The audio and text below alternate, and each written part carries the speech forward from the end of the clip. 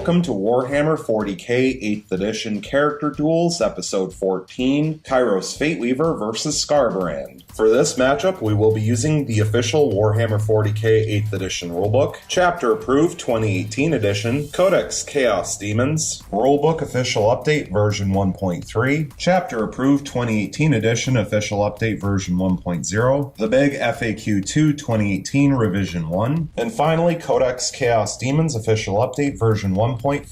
For a full overview of how this character duel will work, please check out the overview episode, which will be linked in the description down below. For this particular character duel, Kairos Fateweaver will go first for games 1 and 3, and Skarbrand will go first for games 2 and 4. And with that out of the way, let's jump into the first game. Going into the movement phase, Kairos Fateweaver will remain still. Going into the psychic phase, he will attempt to manifest both Smite and Bolt of Change onto Skarbrand, and then he will attempt to manifest Boon of Change onto himself. Beginning with Smite, which has a warp charge value of 5, and it will pass with a 6 thanks to +2 from the psychic test bonus. Skarbrand has no Deny the Witch tests, so it will inflict D3 mortal wounds and will inflict 2 mortal wounds. So Skarbrand will fall from 16 starting wounds down to 14. Now for Bolt of Change, which has a warp charge value of 8, and it will pass with an 11 thanks to +2 from the psychic test bonus. And so it will inflict D3 mortal wounds and will inflict 3 mortal wounds. And Skarbrand will fall from 14 wounds down to 11. Finally, Boon of Change has a warp charge value of 7. And it will pass with a 9, thanks to +2 from the psychic test bonus. And so for Boon of Change, we roll a D3 on the table, getting a 2, which is Mystic Strength +1 Strength. So until the start of the next Kairos Fateweaver psychic phase, Kairos Fateweaver will have +1 Strength. Going into the shooting phase, Kairos Fateweaver has no shooting attacks. Going into the assault phase, he will declare a charge against Skarbrand.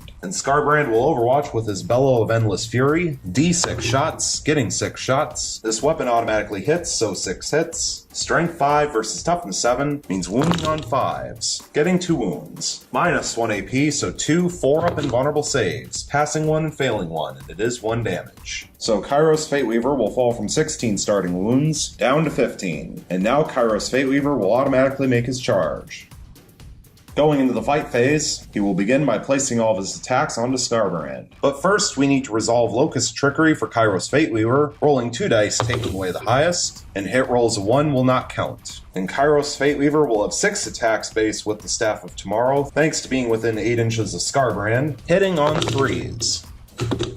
And that's pretty bad. Getting 3 hits. Strength 9 thanks to Boon of Change versus Toughness 7 means wounding on 3s, getting 2 wounds. -3 AP, so 2 5-up invulnerable saves, failing both, and they are D6 damage apiece. So 2 D6 damage, getting 5 damage. So Skarbrand will fall from 11 wounds down to 6, and now he will get to strike back. 9 attacks base thanks to being charged, and also thanks to Rage Embroiled. Skarbrand will use the profile Mighty Strike from his weapon Slaughter and Carnage, hitting on 3s, re-rolling thanks to Mighty Strike. Getting 8 hits, 1 reroll. And here's the reroll.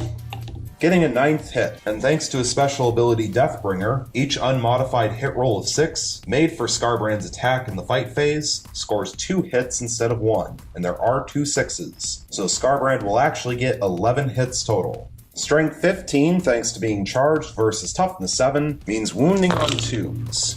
Getting 9 wounds. -4 AP, so 9 4-up invulnerable saves. Passing 4, failing 5, and they are D6 damage apiece. So 5 D6 damage, getting 20 damage. So Kairos Fateweaver will lose his final 15 wounds and be killed off.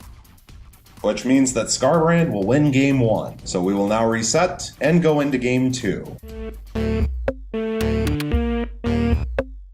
Going into the movement phase, Skarbrand will remain still. Going into the psychic phase, he is not a psyker. Going into the shooting phase, he will fire the Bellow of Endless Fury into Kairos Fateweaver. D6 shots, getting 2 shots. This weapon automatically hits, so 2 hits. Strength 5 versus Toughness 7 means wounding on 5s, failing to wound. Going into the assault phase, Skarbrand will declare a charge against Kairos Fateweaver. There is no overwatch, so he will automatically make his charge.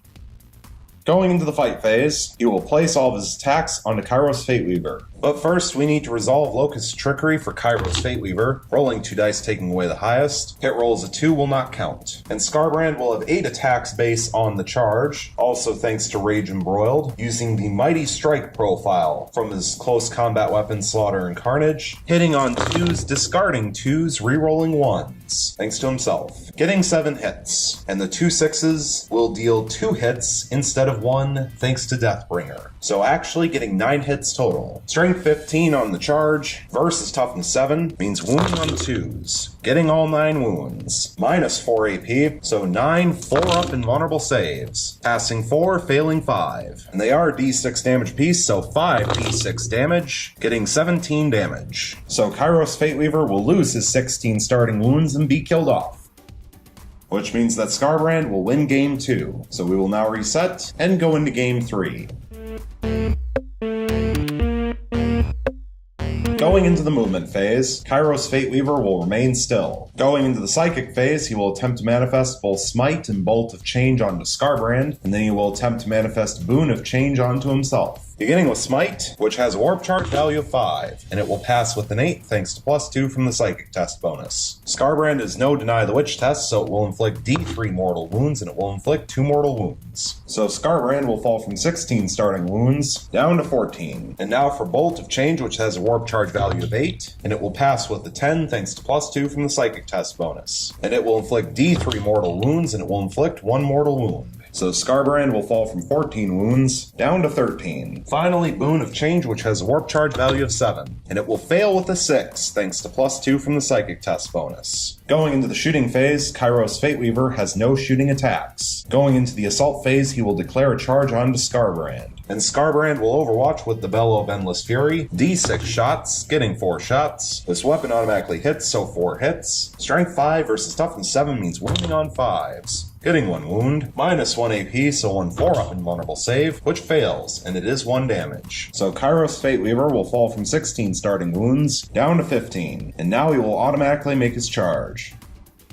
Going into the fight phase, he will place all of his attacks onto Skarbrand. But first, we need to resolve Locust's Trickery for Kairos Fateweaver, rolling 2 dice taking away the highest. Hit rolls of 2 will not count. 6 attacks base with the Staff of Tomorrow, thanks to being within 8 inches of Skarbrand, hitting on 3s.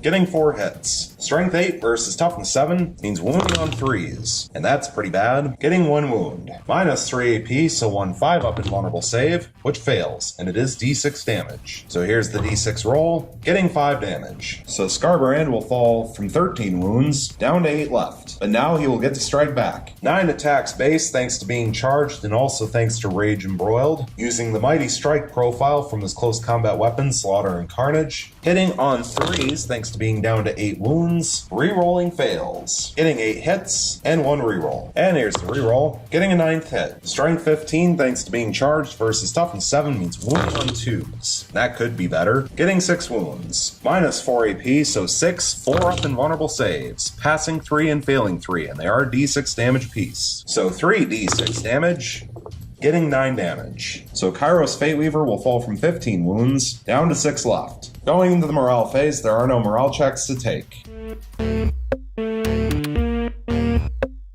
Going into the movement phase, Skarbrand will remain locked in combat with Kairos Fateweaver. Going into the psychic phase, he is not a psyker. Going into the shooting phase, he is unable to fire. Going into the assault phase, he is already locked in combat. So going into the fight phase, Skarbrand will place all of his attacks onto Kairos Fateweaver. But first, we need to resolve Locust's Trickery from Kairos Fateweaver, rolling 2 dice taking away the highest. Hit rolls of 3 will not count. 8 attacks base, thanks to Rage Embroiled, using the Mighty Strike profile from his close combat weapon Slaughter and Carnage, hitting on 3s re-rolling, discarding 3s, thanks to Locust's Trickery, getting 4 hits and 3 re-rolls. And here's the re-rolls, getting 2 additional hits for 6 hits total. However, the hit rolls of 6 generate 2 hits instead of 1, thanks to Deathbringer. So actually getting 9 hits total. Strength 14 versus toughness 7 means wounding on 2s. Getting 8 wounds. Minus 4 AP, so 8 4-up invulnerable saves. Passing 4 and failing 4. And they are D6 damage apiece. So 4 D6 damage, getting 18 damage. So Kairos Fateweaver will lose his final 6 wounds and be killed off.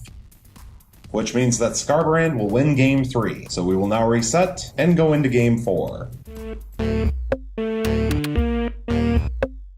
Going Going into the movement phase, Skarbrand will remain still. Going into the psychic phase, he is not a psyker. Going into the shooting phase, he will fire the Bellow of Endless Fury into Kairos Fateweaver. D6 shots, getting 2 shots. This weapon automatically hits, so 2 hits. Strength 5 versus Toughness 7 means wounding on 5s, getting 2 wounds. Minus 1 AP, so 2 4-up invulnerable saves, passing 1 and failing 1. It is 1 damage. So Kairos Fateweaver will fall from 16 starting wounds down to 15. Going into the assault phase, Skarbrand will declare a charge against Kairos Fateweaver. There is no overwatch, so he will automatically make his charge. Going into the fight phase, Skarbrand will place all of his attacks on the Kairos Fateweaver. But first, we need to resolve Locust's Trickery for Kairos Fateweaver, rolling 2 dice taking away the highest, and hit rolls 1 will not count. 8 attacks base on the charge, thanks to Rage Embroiled, using the Mighty Strike profile from his close combat weapon Slaughter and Carnage, hitting on 2s rerolling, getting 7 hits and 1 reroll. And here's the reroll, getting an 8th hit. And of course, thanks to Deathbringer, the hit rolls of 6 generate 2 hits instead of just 1, and there are 3 6s, so getting 3 additional hits for 11 hits total. Strength 15 on the charge versus Toughness 7 means wounding on 2s, getting 10 wounds. Minus 4 AP, so 10 4-up invulnerable saves, passing 5 and failing 5. And they are D6 damage apiece, so 5 D6 damage, getting 24 damage. So Kairos Fateweaver will lose his final 15 wounds and be killed off, which means that Skarbrand will win Game 4, and this character duel is now over.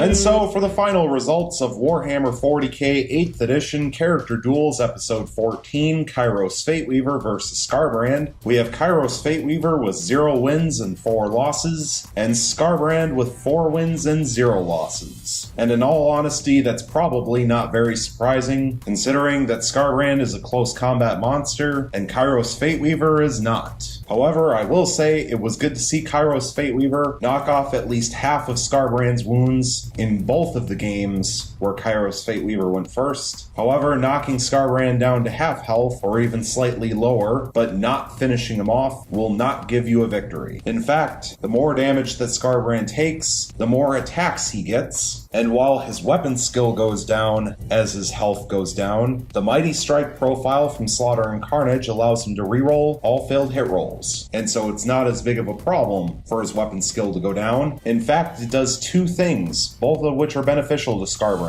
First, more attacks plus more rerolls means more chances to get hit rolls of 6, which inflict 2 hits instead of 1. And second, especially against Kairos Fateweaver, a worse weapon skill means that Locust of Trickery is less likely to have a negative effect. So overall, I don't think the final results were very surprising. Kairos Fateweaver is very much out of his element, thanks to being forced into combat the first turn of every single game. We've seen him do very well in battle reports, where he has 2 or 3 turns to throw out psychic powers before getting locked in combat. However, at the same time, this type of character duel really shows what Skarbrand is capable of. If he's not being shot at by 10 different units and is actually able to get into combat, he can absolutely destroy stuff, which is exactly what we want to see. So thank you so much for watching. I really hope you enjoyed, and stay tuned for the next one.